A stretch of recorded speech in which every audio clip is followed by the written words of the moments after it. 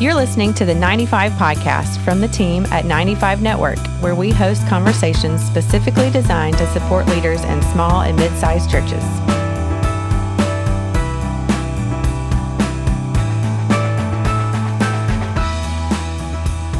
Hey, everybody. Welcome to the 95 Podcast.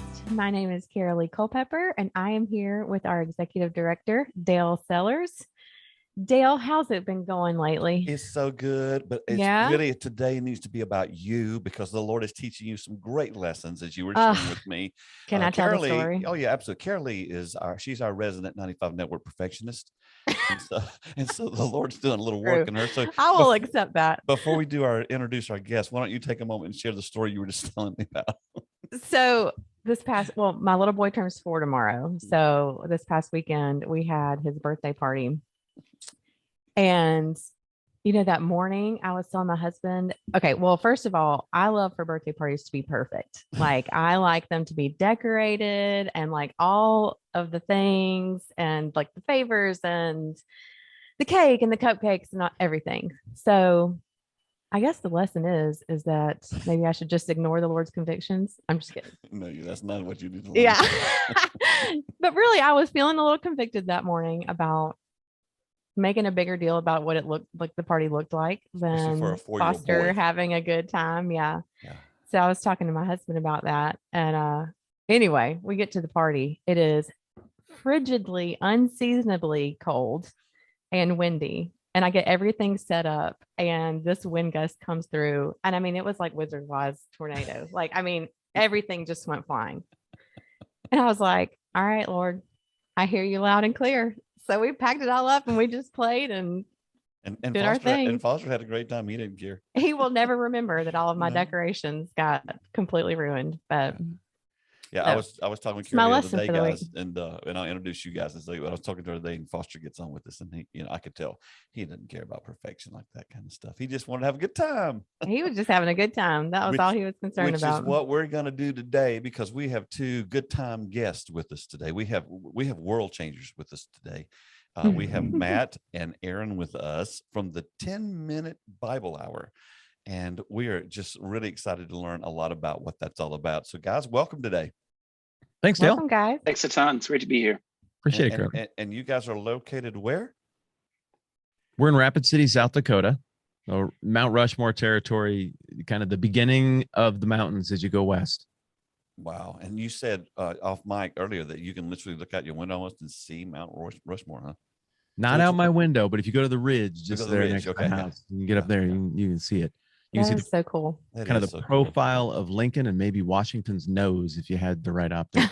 What a gift to be able to look up Washington's nose every day. I mean, absolutely, it's really an honor. It's a nobler.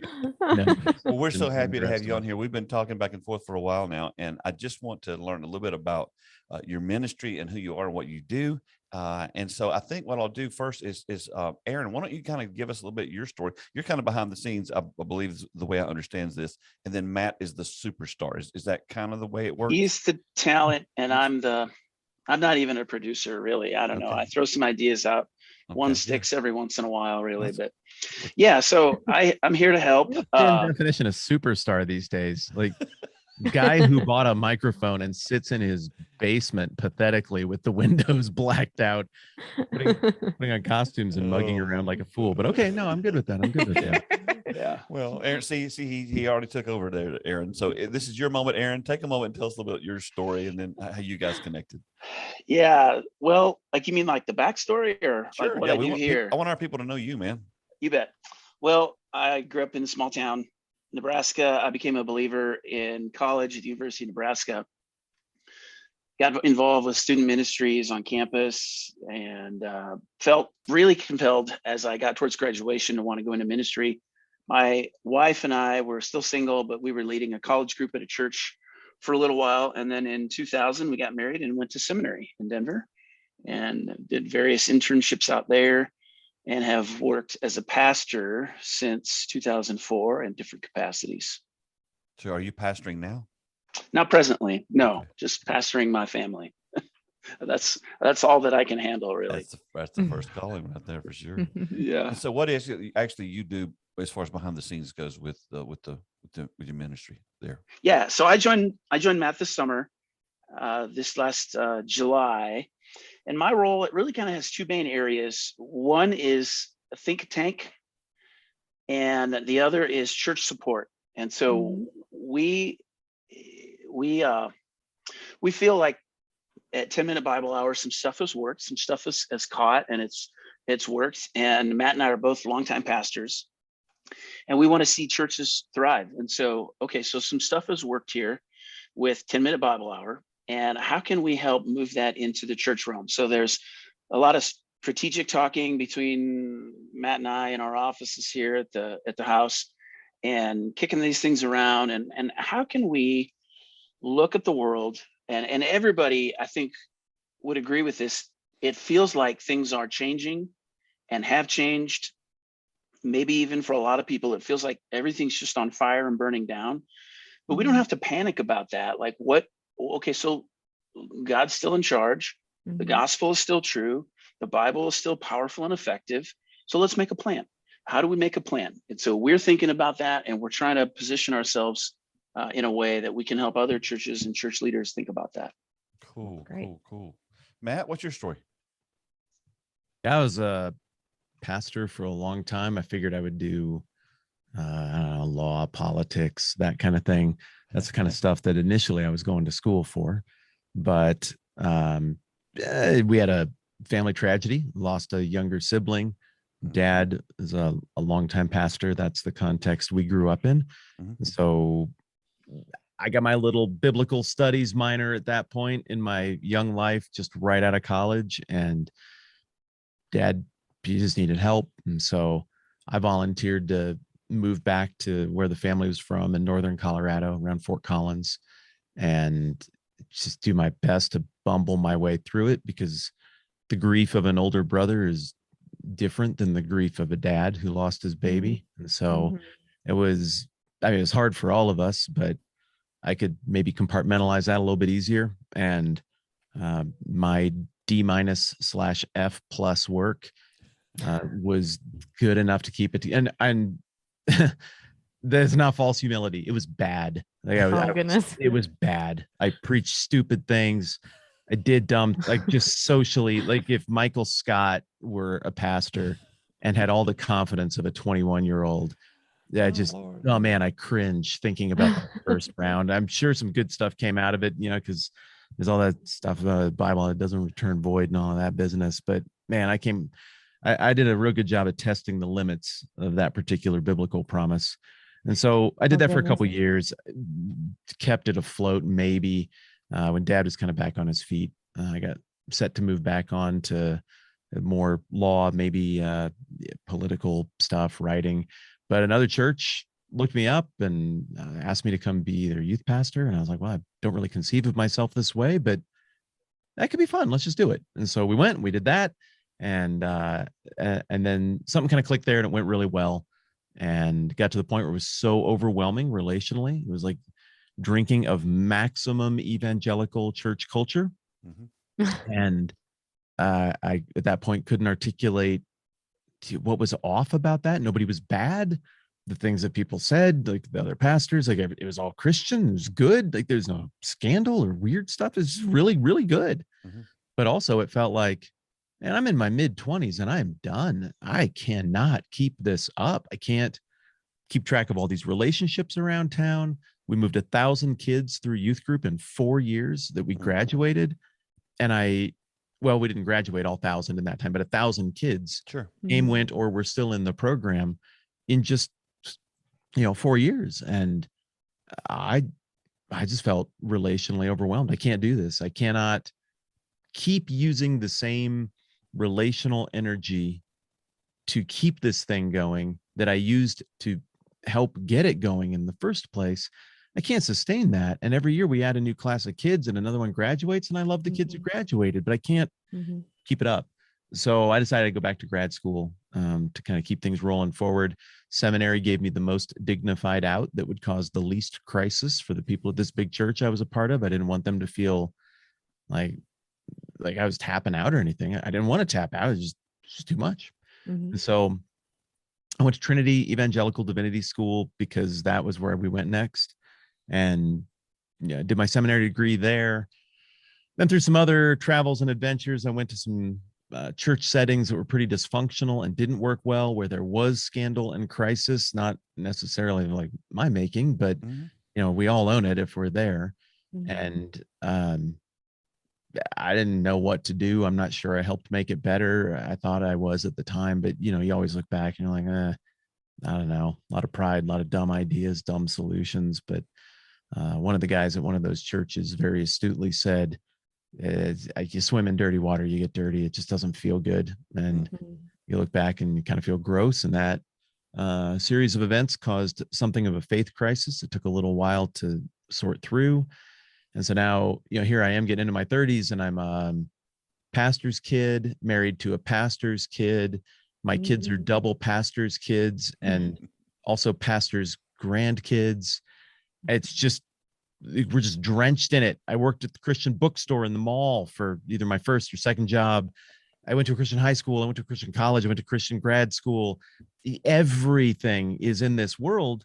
And though I don't find myself having any big gripes with the theology, like I read the Bible a lot, seems like that squares pretty well. Something just feels off about how we're doing it. And so I'm trying to get back into academia.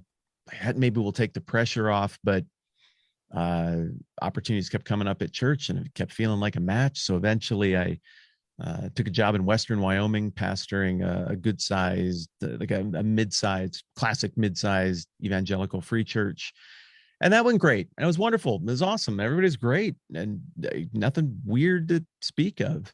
But the whole time I'm sitting there trying different things and doing it weird and different on purpose, way less top down, way more. Hey, I declined to go even full time at a church that, at its height was running 300-ish. Like you don't have one full-time staff. That was by design. You all got to do everything. Church has to handle it. If the church can't handle it on its own, from idea all the way through execution, we're just not going to do it. So I'm messing with stuff. But at the same time, halfway through working at that church that is centered in a great mountain town out in Western Wyoming, halfway working through that church, I start to figure out, like all churches, you got a rhythm here. And the rhythm here is that it's 5 hours to Home Depot and back. If you want to run out and pick something up at any kind of normal store where normal people shop, you're going to Casper, you're going to Salt Lake, you're going to Bozeman, you're going to Denver, Fort Collins. We're just forever away from anything. And so people, faithful attenders, are there 2 times a month. And they're not being jerks. You got to use your weekend to go get supplies like our ancestors did on the Oregon Trail. It just takes a real long time, and you hope they don't die of dysentery on the way there and back. But you get used to it. And so then I'm like, well, I want to preach straight through books of the Bible. How are we going to do this? So I started the 10-minute Bible hour as a thing for our church to strike a different tone and let people see what a different tone to this whole thing could look like, because I felt like the tone we've struck for 100 years, it doesn't work. It doesn't make sense to anybody anymore. What if we just say the same stuff mostly, but say it different in terms of how we communicate? And then the other thing was, let's just make it short, kind of daily show style Bible. And then people can catch up. We didn't have a podcast at that point when I started. And so if people are traveling, they can just watch the YouTube video. Now they're ready to go and they can come back the next week. And I don't know how well that ever worked, but for whatever reason, it quickly went beyond our church. And then pretty quickly we had a second congregation, I guess, that was on the internet. And then we had like 3 or 4 or 5 or 12 of those. And then pretty soon it was to a place where the demands on that were such that I kind of needed to pick. And I really liked the church and I really liked Lander, and man, left on great terms. It was just awesome. But like, I've done the pastor thing for a while. What if I go take a swing at stuff from a different angle, the internet side of things, see what we can do, see what happens. And so we picked a town out of the clear blue sky. Rapid City, South Dakota seemed lovely, and moved here and kept working. And that's what I'm bumbling through right now. So how did this start? You just started doing little YouTube videos and sending them out to your congregation, or what did the beginnings of this look like? Yeah, a little bit of hustle on Twitter. I Okay, just finding okay. people who were doing similar things to what I was doing tonally, and just going out saying hello. Most of that amounted to nothing, but I made a few great partnerships, even a lifelong friend or two, just running around Twitter saying hey to people. And otherwise I put videos out and a few people shared them or handed them off to others. I put them out in regular enough intervals. I presented something to the internet that was kind of a project. And so the completionist thing is there, where people are like, all right, we're doing the book of Acts. It's going to take 90 or 100 videos to do it. They're all in these short little chunks. All right, let's do it. And they were in. So from there, it kind of grew into a whole bunch of other stuff that we do now. How many followers do you have total? Oh gosh, Dale. I don't know, a couple 100,000 ish. It was over 200,000, isn't it? On YouTube. Yeah. The podcasts, I don't know. Like in terms of monthly audience, my daily audio only podcast outperforms, in terms of total downloads, it outperforms the YouTube channel. And then the podcast I do with my buddy Destin, who has a YouTube channel called Smarter Every Day, that's called No Dumb Questions. And that, by no merit of my own, like Destin's just, I mean, he's an internet rock star. So that does really well also. I don't know. It'd be hard to say, but a lot. Sure. Well, sure. And the point is, you didn't set out to do that. You didn't set out to go, oh, let's see if we can get several 100,000 people to watch what we're doing. You just started doing it because there was a need, is what I hear you saying. Great listening. Yeah. I'm a child of, I guess you would locate me in the non-Pentecostal, but not mad at Pentecostals, evangelical. Kind of in the middle.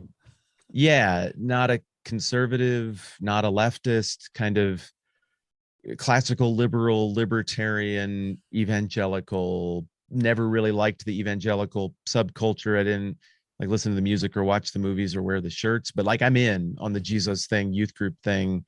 I'm in. So you don't really have a camp. Yeah, my camp would be like historical evangelical orthodoxy, like those elements that sort of transcend the last 20 years of political fights.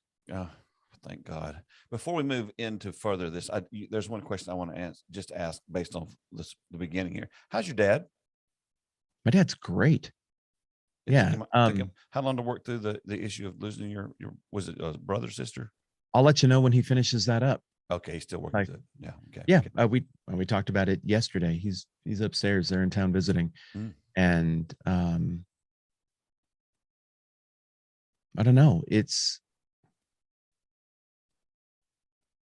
the pause is me debating how honest I'm going to be with you. I would hope you'd be fairly honest, because I had a specific question. I mean, reason for asking that. So yeah, here's what I'd say, Dale. No, that makes it sound like I'm going to be dishonest. Here's the honest truth. What I've discovered watching my father-in-law, watching my dad, watching my buddy Aaron, watching me, watching literally every pastor, colleague, friend, family member I know and their wives go through this, is that it's an incredibly noble task, just like the text says it is. It's important, it's beautiful, it's meaningful. You get to be there for the brutal tragedies of people's lives. You get to be there for the thankless crisis interventions where they're going to turn on you. Like dang well the only person in this room who the emotional psyche of the person I'm trying to help can blame and still feel like their world holds together is me. Like, I'm getting this. This is going to come my way, and I didn't do anything. Like, I just showed up when they called in a panic. This is not my fault, but I'm going to get it. It comes with the job, and there's beauty in that. And then, for crying out loud, at the most basic level, you tell people about Jesus and they're like, yeah, that makes sense. How do I sign up? And their lives are changed. It's incredible. But there's a price for that. And I've, in conversations with my dad, likened it to carrying that ring to Mordor. That ring is heavy, man. It's not the ring of power. In this case, it's the ring of what you have to be within the context of evangelicalism and the way we have it built right now to be effective as we define effective. And it eats at you and it changes you, and it can put you in it can snap you into a weird, incredibly friendly, smiley, but still entirely defensive posture when the slightest threat comes. It wounds guys. It wounds their wives. It wounds families. And there's this trade-off that we're making. And I want to figure out how to make that trade-off better, because I see how my dad got hurt by losing a kid, but it wasn't just that. Dad got hurt. I got hurt, too strong a word, maybe, worn down by the weight of that ring. And so, like, when I meet guys, I mean, I did this forever. When I meet a pastor's family, I see those little hard to explain patterns of hurt and guardedness and questioning whether this was worth it or what are you doing. I see the reality that overwhelmingly pastors' friends are other colleagues who have similar scars, and it troubles me. And I feel empathy to it. And I'll be honest, even though my pastor career went great, just great. I mean, you couldn't ask for much better in terms of the people and how it went, and no weird stuff. It was great. But I still feel this empathy to this sometimes twisting little subtle wounds that you get. And Dad retired a year and change ago, and he's a champ. He's just an awesome, awesome man. He's my intellectual hero. He's maximum character. He's thrown himself into investing in other people and into the institution of the church.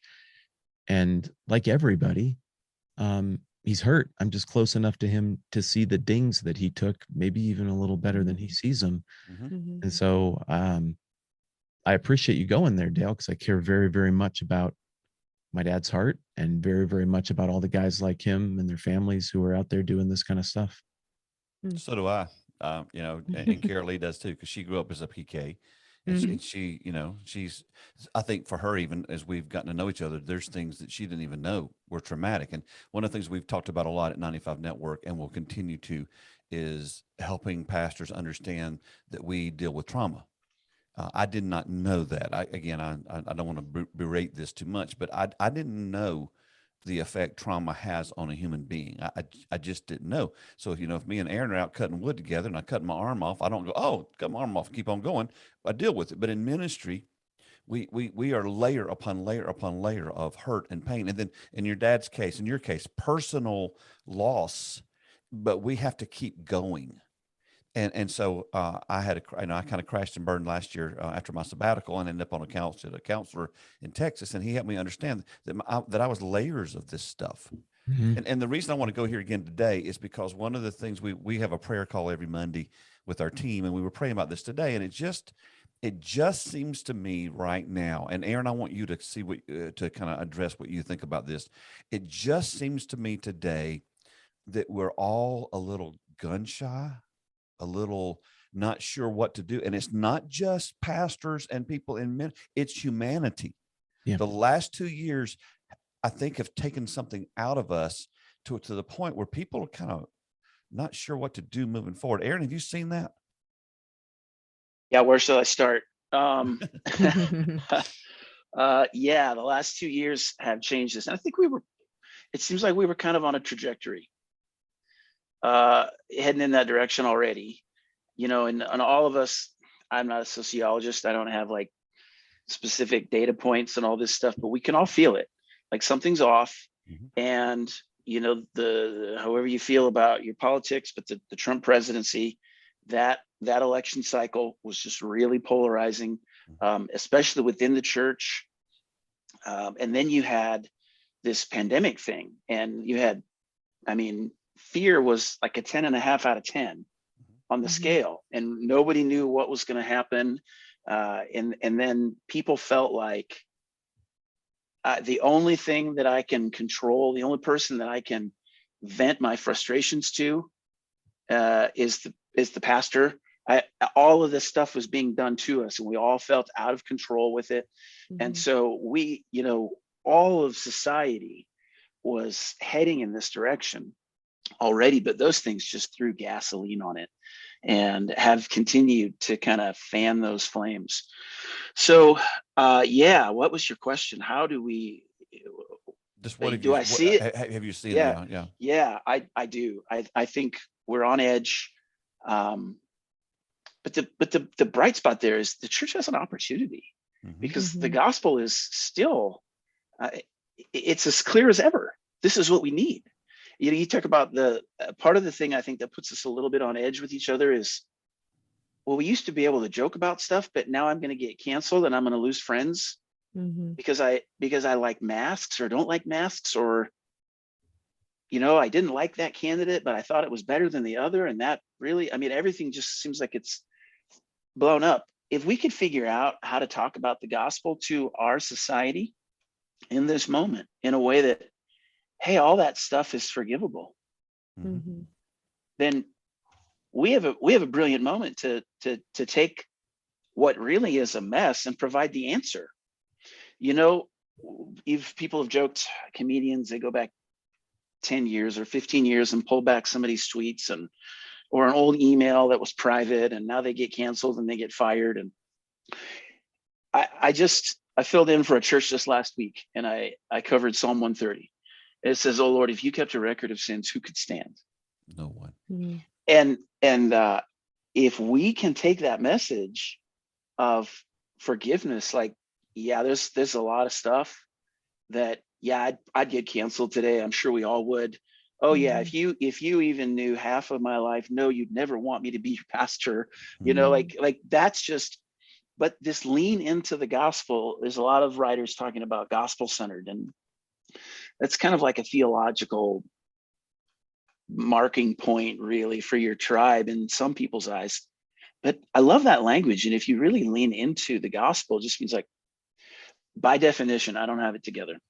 By definition, I'm going to have to say I'm sorry all the time.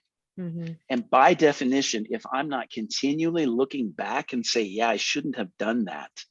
No, I shouldn't have held those views. I repent of that. That is the gospel. And so if we could figure out how to take that to society today, I think the church could really thrive, and we could do some good. It's going to be messy and hard, and we're going to have to start by repenting of some stuff where it needs, but I think there's opportunities there. How do you guys, as far as your mental health and even physical health, how do y'all stay healthy in ministry and make sure that you're, in the right spot or the best spot you can be to help other people? Go first, Aron, since you're already rolling. I'm not going to say I am very healthy. I feel really fortunate to everything that Matt said. Ministry went pretty well. I was in a small town, Western North Dakota, for about 8.5 years. Ministry grew. Tons of young families came into the church. It was an exciting time. And then we moved to plant a church in Illinois. And so I was actually in Illinois, which was pretty restrictive during the pandemic. We were trying to plant a church there. But it felt like things start to close in on you. And so one of the things for me, like, this opportunity came up with Matt, and I'm going to step away, and still love Christ, love the gospel, love the Bible, love to teach the Bible, but needed a break from everything that felt like it was closing in. So that's, I don't think I have a very good answer for that question. How do you stay healthy? You had an honest answer though. And it's honest. Yeah. Here's what I do for my mental health. I go back to work. No, everybody literally ignore what he just said. Yeah. You make my point. Like, don't listen to my advice. Like the thing that makes me feel like everything's okay is when I'm just working and grinding on an idea or reading a book. Like, okay, like Matt's swearing off on me. Like, Aron, you need to go fish this afternoon. Like, just take your rod, and we're in the Black Hills. We get a good sunny afternoon. Let's go catch trout. Like, I'm getting better, I think. So, well, let me ask you this, Aron. Is that something you enjoyed before? Yeah. Okay, cool. Because see, I have a lot of pastors, and you guys may have seen this too. I have a lot of pastors I talk to, and they don't, and I don't want to, golly, how do I say this? They don't get outside. They don't, that's not fun to them. I don't want to say they don't do anything for fun but so a lot of them don't do anything outside of either reading, studying, preparing. It's always in the ministry mode. Yes. Which that's not me, because I'm country bumpkin from South Carolina. I mean, I fish and hunt, golf, and all that stuff. But I'm concerned that, that you do have to sometimes turn it off and at least go for a walk, So that's why I brought that up. So Matt, what's your answer to the question of staying healthy? Mm-hmm. I quit working at church. I know that informs so much of my ideas, though, about stuff we need to change. I was not raised in an environment where there was a high value on take risks or make your own thing. You go to work for a person, the person writes you a check, and you get a job. You work for somebody, and I like that. That's great. That's a wonderful way to do things. Also, a few years into my time in Wyoming, just started to realize I have to have something else I'm building. I gotta have something on the side that I am making, like, whether it makes money or not, whatever. Like, I have to make something, not just do something, like build it. I need to take ideas and remove from myself the excuse of, well, the institution would want this or this, and I need to be a little sensitive and a little guarded here. Forget that crap. I just need to make something. And so when I went and made the logo for the 10-minute Bible hour, my friend who did the design, she's a great artist. She walked me through the whole branding process. I was like, all right, what do you want it to communicate? I was like, anything but church. I just need a break. I just don't want it to sound like that. I want the logo and design and the whole thing to give people permission to just enjoy this because they want to, not because they have to. And so what I landed on was, I want the logo to evoke Star Wars and Anthrax. The band, not the thing that you send people to hurt them, like the band. Thanks for clearing that up, because I thought, I was definitely going. Yeah, I'm the powder that's going out in envelopes. No, not that. No, the rock band that I don't listen to and couldn't tell you a single song by. I just really like their font, and I don't want fall colors or calligraphy. I don't want it to look like the last 10 years of like, here's a tree and it has leaves, and nothing personal. If you guys have a logo that has a tree and leaves, like, it's great. I like trees and I like leaves. I wanted everything about it to smack of something different. And the reason for all of that, in answer to your question, is I just got to a place where it's like, I need to divorce myself from some of these cultural expectations that they're not really in the Bible. Like, I get how people reason to this expectation or that expectation, but it's not my thing. I don't think any of that for real. I'm not convicted of any of that. So I don't want to do it. And I'm just tired of feeling dishonest, not on like big giant things like, I want to have a second family and I'm tired of lying to the world about it. I don't want a second family. I'm great with the one I have. I mean, little things like I just don't like the way we interact on this little point when we get together with Christians and we don't do it with other people. I like the way it is with other people better. And there's no reason for us to do it that way. There's no reason for us to do this silly little nicety that we do over here in this other social setting. Like, there are all these tiny little expectations that I had to keep in my brain to keep, honestly, the least functional, least charitable people in a church setting happy. I just don't want to anymore. I think it's a crappy way to live. And this is such a good vein for us to be talking in, because I think what the pandemic did, I was in a conference last week with Carl Vaders. We were doing this conference together in Indiana, and I made this statement. I said, when the pandemic it's not over, but at some point when things begin to shift toward whatever the new normal is, your stadiums are full, your malls are full, your concerts are full, everything in society is full except for one area, and you can't ignore this. The churches are not. And I think part of the reason is because we were not engaging people where they are before the pandemic. And they discovered during the pandemic that this is not connecting with me. And some people even feel like, well, my life hasn't changed and I haven't been to church. And everybody don't run out of the road when I just said that, because I'm not saying you shouldn't attend church. But what I'm saying is we were not connecting with people. And Matt, you were ahead of the game on that as far as, and Aaron, I think that's kind of where you were too. It's just kind of like, I'm not going to live the rest of my life this way. And so there are opportunities to have very powerful connecting ministry, but it's not going to be doing what you've always done.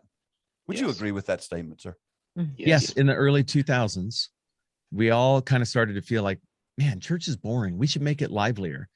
So we made dumb pop songs that were vaguely about Jesus, sort of. I mean, his name didn't really come up much. And when it did, it sounded like a How girlfriend. to Save a Life. Well, I mean, that pop song was at least like on the radio and stuff. But I mean, the dumb pop songs that we just sing in church. Mm-hmm. And so, you get some lights and some bedazzled jeans, and you grow like fashionable beards, and you wear fedoras, and you're like, there, now church isn't boring. Except it's boring. Gotta have a V-neck tee. Let me see what I can do. I don't know. I don't work out enough. I don't want to go. You got the fashionable beard though. I've worked very hard, and I take supplements. And it wore thin so fast. Yeah. It was so obvious that like, we're not going to address anything fundamental about who we actually are or what we do, but look, a fedora. See, now is it cool? Do you like it now? And the resounding answer we've received from planet Earth is no, we don't like it. It's fake and it's dumb. And worst of all, and perhaps most offensively, in the era of the internet, when we have the truest, realest thing in our hip pocket, that being the gospel, Amen. It is boring. That is the profound offense. It's bland, it's predictable, it's boring, it's incredibly safe and scripted. We all learn the social dance steps very quickly, and then we honor them. And if you step out of line, then you feel weird about it. It's a more fashionable fundamentalism than the one we feel like we've evolved out of. But how much have we really evolved out of it versus how much should we just shift it to more socially fashionable things to get bent out of shape with each other over? And that's the kind of thing that, I mean, you ask, how do I stay healthy? Wash my hands of that. Like, have a laugh, crack jokes, be fun with people, cause mild social discomfort with my Christian friends where they have to sit there and be like, that's funny. I'm having fun with you. I think we're not supposed to be having fun right now. I think I'm supposed to be mad, but I'm not. And I want to scramble the radar. I want to take the ant farm and vigorously shake it and just see what we build. Like, all the contents of the ant farm are still in there when you do it. It's just the tunnels are going to move in different directions. The pathways are going to be different. It's never going to be the same. And I don't want to do away with orthodoxy. I don't want to do with the historic faith. I want to lean into it deeply. It just, something needs to shake us out of the patterns. And that's where I see is maybe the backdoor blessing of how we got exposed over the last 2 years. You're right, Dale. People don't miss it. So we should change. We have the best thing. We just haven't figured out how to say it to this moment, and we should change. We got the greatest truth on the earth. Yep. Speaking of change, you started the 10-minute Bible hour because you were searching for change, right? Yeah. Tell us a little bit about what the 10-minute Bible hour is and how it can help people. Thanks for asking. How can help people? Man, that's a well-framed question. What is it? Okay, well, at first it was the Bible, and the name was meant to just riff on the old-timey radio Bible hours. This is the Bible Hour Community Bible Program for Bible listeners in the Bible community of Bible Land. And then they go on there and they use total pastor voice, and it's fine. But I mean, the Bible hours on the radio are very much spoken at people. I thought, all right, well, I'm going to riff on that a little bit, use similar language, but it's going to be way shorter to kind of indicate this is going to be funny, and I'm going to try not to take up your time unnecessarily.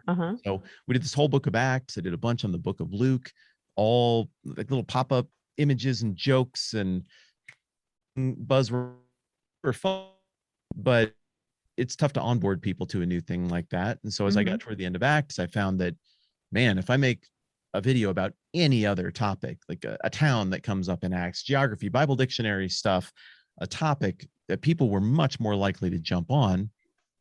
And so after I got done with the book of Acts, it kind of branched out from there, did a bunch on the background and the history of the Bible, and just tried to say it in ways that sound nothing like church. Completely different tone, like how I would want to be if I were actually how I actually am. Yeah. That's what I tried to do. And it was off-putting to some, though hopefully not out of malice, but for most who watched, it seems like they at least had fun with it and we could get along. Gradually, I figured out, like, if I want to talk about the Bible, YouTube just isn't the place to do it. It's not why people are there. So I created a podcast of the same name that's actually 10 minutes of content every weekday. We're on episode, I think I recorded 606 yesterday. Wow. Working through the book of Matthew. We're in Matthew 25. We're not even done. And it's just meant to be normal and funny and human. And it's meant to be, the whole tone is meant to acknowledge the fact that there are Christians here who are Christians, but they don't maybe actually, they're not down with everything. They're quietly reevaluating all of it. And there are also people in the room that they just don't believe any of this, but they're super empathetic. And so they're here because they got Christian friends or family, or they're just intellectually curious. And they're thinking like, I'm probably never signing up for this thing, but I would like to just know without being lectured on political talking points and everything else. They just help me understand the thing like a normal human would explain it if they wanted another normal human to understand it. And so that's forced me to not try to please my seminary professors or the brilliant academic rock stars who I got nothing but respect for. But if people wanted to hear it said that way, all those academic Christian books would sell billions of copies. That stuff is for your deep dive professional Christian thinkers, your lay leaders who are very advanced in what they're doing. It is not written with the outsider or the person asking reasonable questions from inside in mind. So I kind of wanted to be one of those bridge the gap kind of voices. Like, what if I said this in a tone and in a style that is reflective of how we actually talk to each other at this moment in history? And I'll go into the fancy room with the fancy people where I don't totally belong. I'll hear what they're saying. I'll get their things. I'll come back over here to the normal room where I belong. And we'll hang out over here and we'll talk about it like normal people. And overwhelmingly, that's become the tone, working on church unity stuff, going around to different congregations, different historical expressions of faith, and just pointing at things and asking questions like a human would do if they wanted to know why you wear that hat and how come you got that thing. Why is that thing burning? Why does it smell like that? It smells different than my church.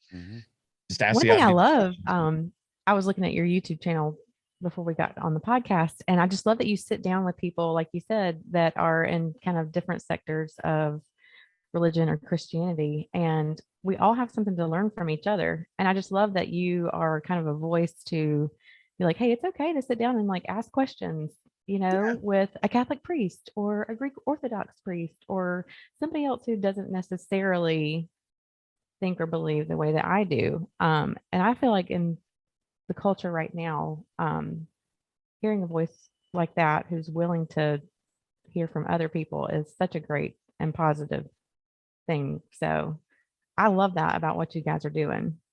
Cool. Yeah. And I think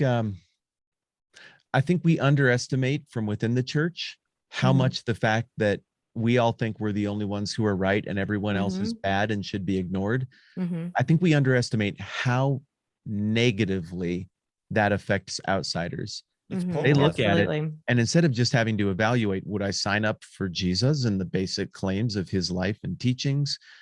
On top of that, they have to evaluate 2,000 years of labyrinthine historical theology, and they have to navigate the emotional outrage that all of these followers of the Christ who is love have toward everyone but their tiny little sliver of it. We just do not get how big of a hurdle the way we treat each other within Christianity is to people who are outside.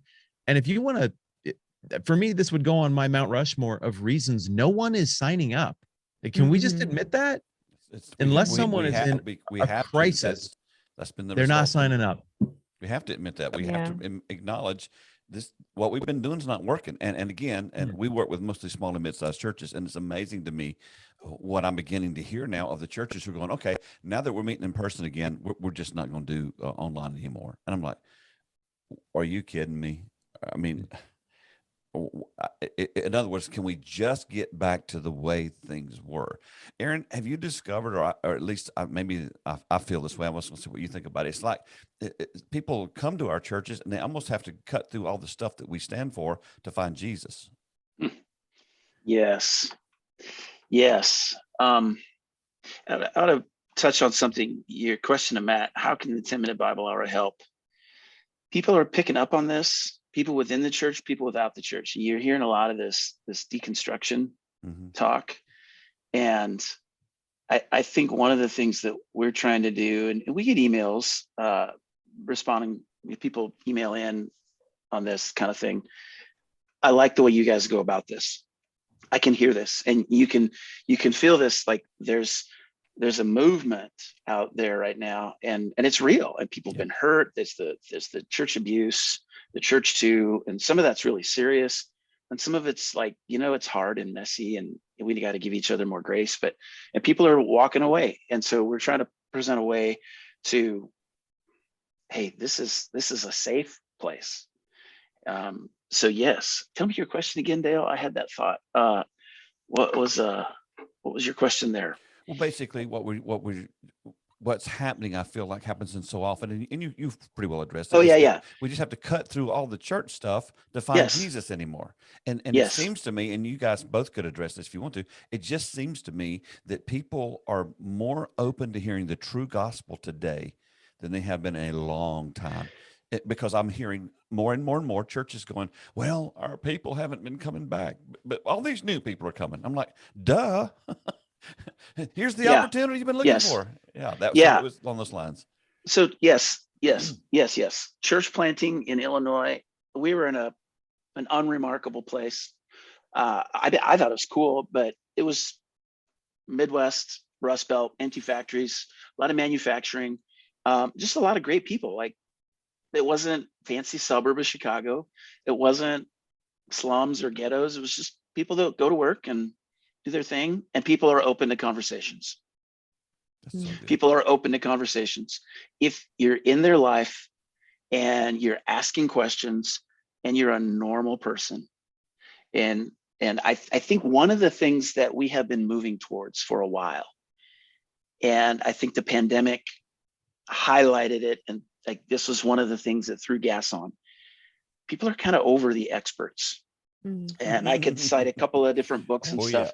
But like, if we present ourselves as this expert that kind of has it all buttoned up and we've kind of got all the answers, laid in a row, people kind of smell that, and they kind of know, I don't think anybody has any answers. And if you tell me you're, this is the language of the emergent church 15, 20 years ago, but the fellow traveler kind of motif, that will resonate a lot more. And so I think our strategies, maybe you're going to have to be a lot more relationally driven. I think one thing, I like the idea of smaller and more churches. There's nothing wrong with big churches. It's nothing sinful or wrong or misguided about that. I just think we're going to have to get up close to people, let them see where we're not getting it right, and we just lean into the gospel. I'm like, I'm sorry, I'm still working on that. Hope that doesn't offend you. I'm trying to get that area cleaned up or whatever, but it's just a very different tone. People are not looking for experts at this point. And in fact, I think we maybe have crossed the threshold, at least for a lot of people, as soon as they feel the expert facade, subconsciously it maybe is a turnoff. That's my intuition at this point. But I think those are some things that are at work. That's so good. It is so good. Thank you guys for your time. As we wrap up, one of our favorite questions is to ask, what is a word of advice, encouragement, or hope that you could give for pastors who are listening today?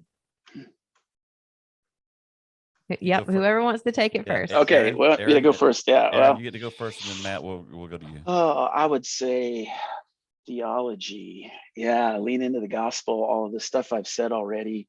You're not going to get it perfect, and that's okay. But I had one of my mentors at seminary, preaching professor.